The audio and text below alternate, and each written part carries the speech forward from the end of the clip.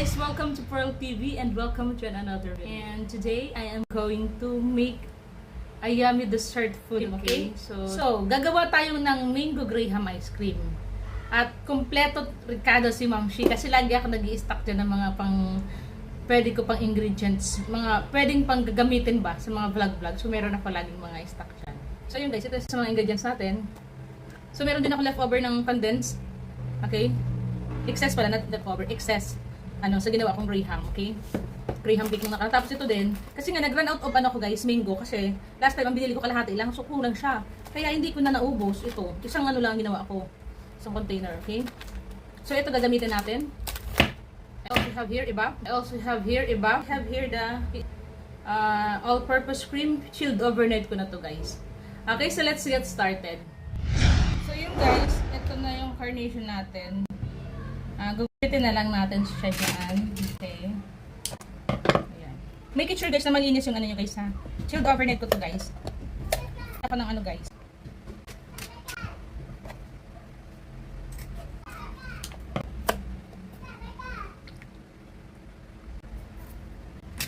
Ganito. Okay, dumi.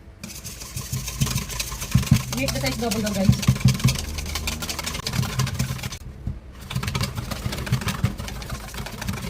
Kaya din na natin ito guys.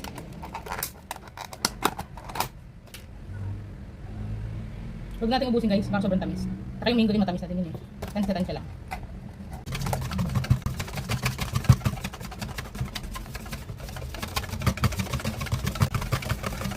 Maglalagay kasi ako guys nito diba, kaya kailangan talaga natin na may konti na siya.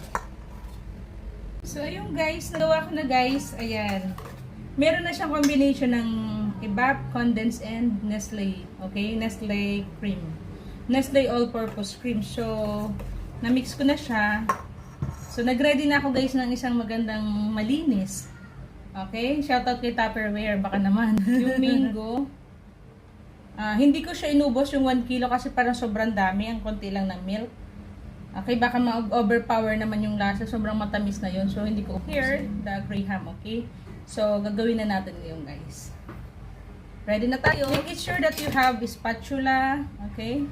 Kasi pang-scrape sa mga gilid-gilid. And of course, yun nga pala guys, yung mango, kailangan natin i-cut this way. Or kung meron kayo yung pang-scrape, yung pang-scrape, pag hinahanap ko, hindi ko nahahanap. Pag hindi ko kailangan, nandyan, nakikita ko, ewan ko, hindi matanda na naman. So yun guys, ibuhos lang natin siya dito guys. Isahan na. Diba? Nandiyan na siya. Okay, so what are we going to do now? Ayan, ibalik ko rin yung discarte ko guys, okay? So, kasi nga, anuhin na lang natin. Ganyan-ganyan lang daw guys. Laglag mo lang guys. May iba naman siya ng discarte kasi ice cream to eh.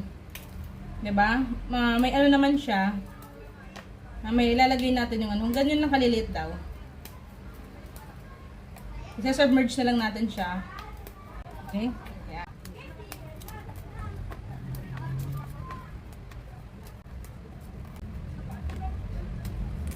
Okay? Submerge natin guys yan. Submerge natin. Okay? Submerge. Ice cream style to guys. Tapos, ilagay na natin guys yung mango. Okay? And ano ko lang guys, i-ano na lang natin yung mango. I-distribute na lang din natin like what will awal ko. So, ganyan. Diba? Dahan-dahan lang kayo guys kasi kung matalim yung chili nyo, ano kayo.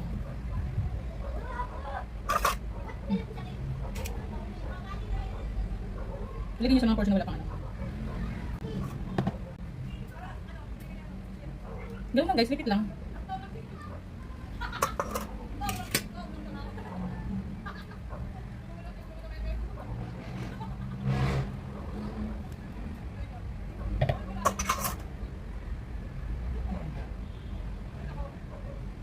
Sarap nito guys.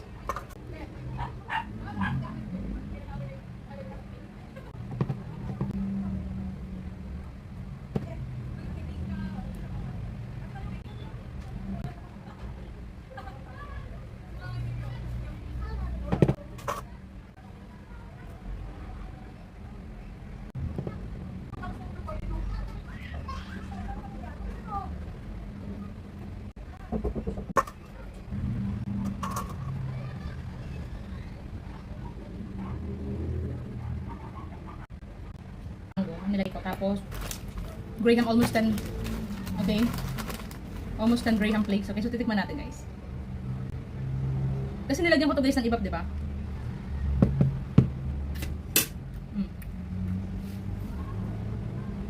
Tama lang yung timpla niya, hindi siya matamis. Okay, so why did I add evaporated milk? Kasi guys, yung ibap, siya yung mabilis medyo magpalambot ng ng Graham, di ba? Kasi kung hindi, baka matigas yung Graham. So we want the Graham, kumbaga maging creamy din siya. Kumbaga mabilis siya ma-soften, okay? So para mabilis ma-soften, and that's why I added evaporated milk, okay? So the taste is perfect, guys. Hindi siya matamis. Pero hindi natin alam kasi I added 6 pieces of medium-sized mango. We're not quite sure kung hindi yung ano. Pero sige, double check natin yung sweetness. Kasi may mga leftover dito, oh. May mga excess ba? Hindi ko pa kasi natitikman to. Nabatch yung mango na to.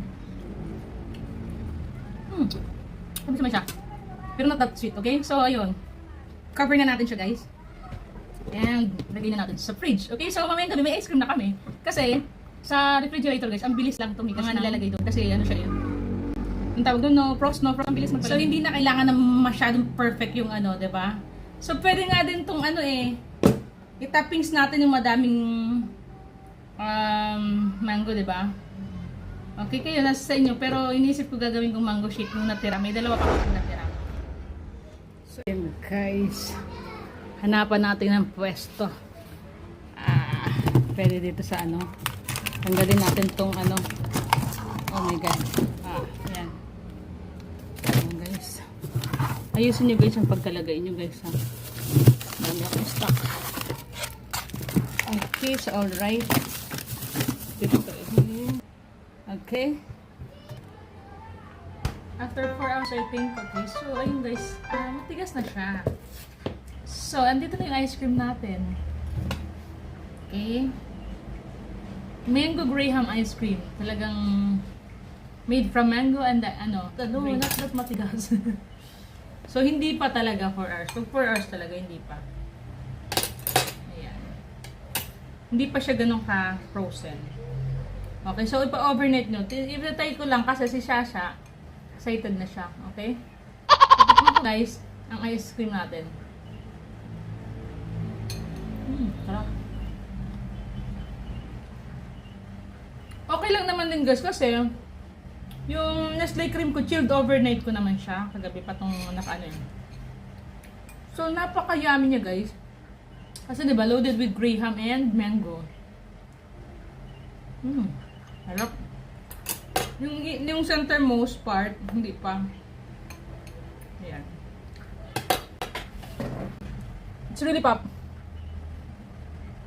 Must try guys, sarap. Pag frozen na sa gitna tomorrow, achieve na niya. Kasi si Shasha kakain na daw siya. Kaya sabi, i-review ko na.